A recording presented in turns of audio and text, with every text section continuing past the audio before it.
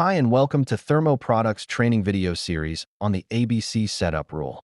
As we learned in the ABC Setup Rule introduction video, there are three critical elements that determine furnace performance: airflow, balance, and combustion. Now that we've verified airflow, let's move into the next step of the ABC Setup Rule: balance. Before we ever talk about burner settings or combustion numbers, we need to understand the environment the appliance is operating in. Combustion is not isolated to the equipment. It depends on the air in the home, the pressure in the building, and the ability to safely move flue gases out of the system. If those three things are wrong, everything downstream becomes harder to control. Let's start with combustion air. Every fuel-burning appliance needs oxygen to complete combustion properly. If that air supply is limited, the system will always struggle, no matter how well you tune the burner. We generally think in terms of confined and unconfined spaces. In confined spaces, like mechanical rooms or tight utility areas, the appliance is relying on intentional air openings or engineered pathways to bring in combustion air. In newer, tighter homes, infiltration alone is often not enough anymore. That means combustion air has to be deliberate. It has to be designed, not assumed. If the appliance can't get enough air, you'll see it in performance: unstable flame, higher CO, and inconsistent operation. A key requirement is 50 cubic feet of unconditioned, unconfined space per 1,000 BTUH input.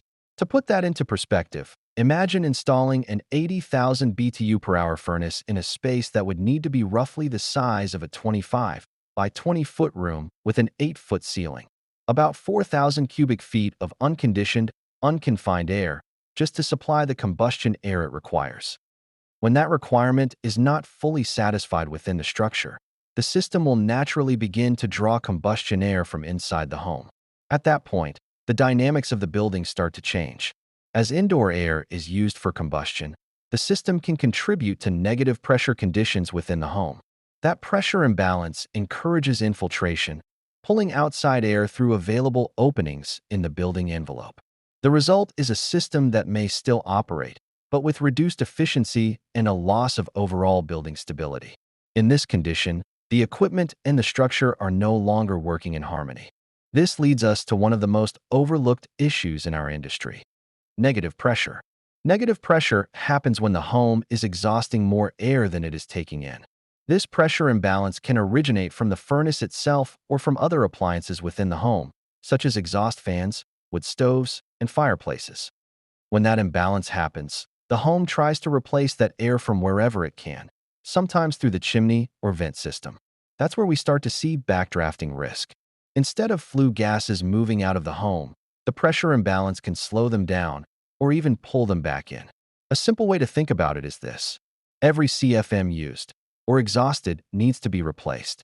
If it isn't, the building will find a way to balance itself. Mobile home applications create a very unique example of balance issues. Because the supply air ductwork is typically located outside of the home, any leakage or separation can have an immediate and significant impact on the home's pressure. When that duct system loses air outside of the home can quickly be driven into a strong negative pressure condition, drawing air in from wherever it can. This challenge is compounded by the furnace design itself.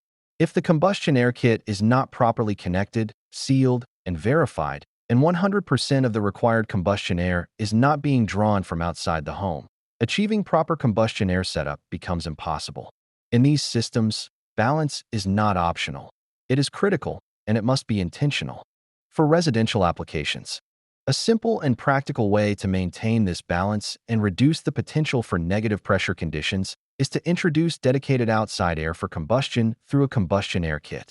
This approach helps stabilize system performance, reduces unnecessary service callbacks, and supports consistent operation over time.